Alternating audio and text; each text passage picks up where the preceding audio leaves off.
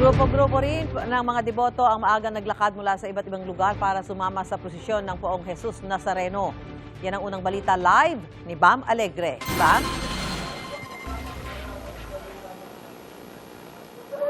Susan, good morning. Kasalukuyang isinasagawa ang misa dito sa Minor Basilica at National Shrine of Jesus Nazareno na makikita ninyo sa ating likuran.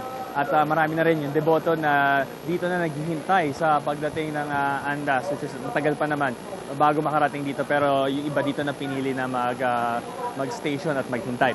At nananatili rin ang police visibility, pati ang naka-standby na mga medics at mga bumbero para sa anumang mga contingencies. At sa ating pag-iikot dito sa mga medical stations ay sa kabutihang palad ay wala naman masyadong mga incidents or mga reports. Meron lang ilang mga pumupunta para magpa-check ng kanilang mga blood pressure. Other than that, wala naman mga injuries so far.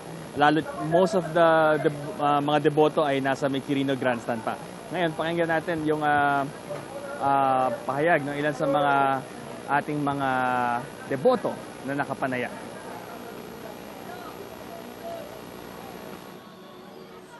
Iisa ang layunin nila Carl Malio mula Casimiro, Las Piñas, katulad ng pagkakaisa ng kanilang suot. Yan ang makamarcha patungong Quirino Grandstand para sa traslasyon.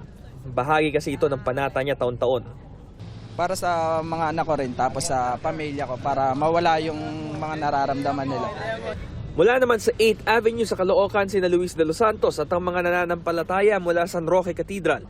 Puyat daw silang lahat pero kakaibang lakas daw ang nararamdaman nila habang binabagta sa MacArthur Bridge.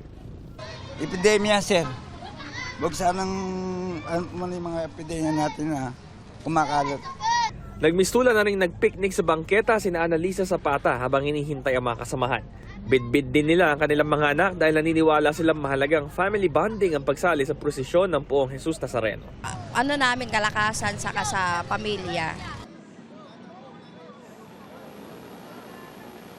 Gusto mo bang mauna sa mga balita?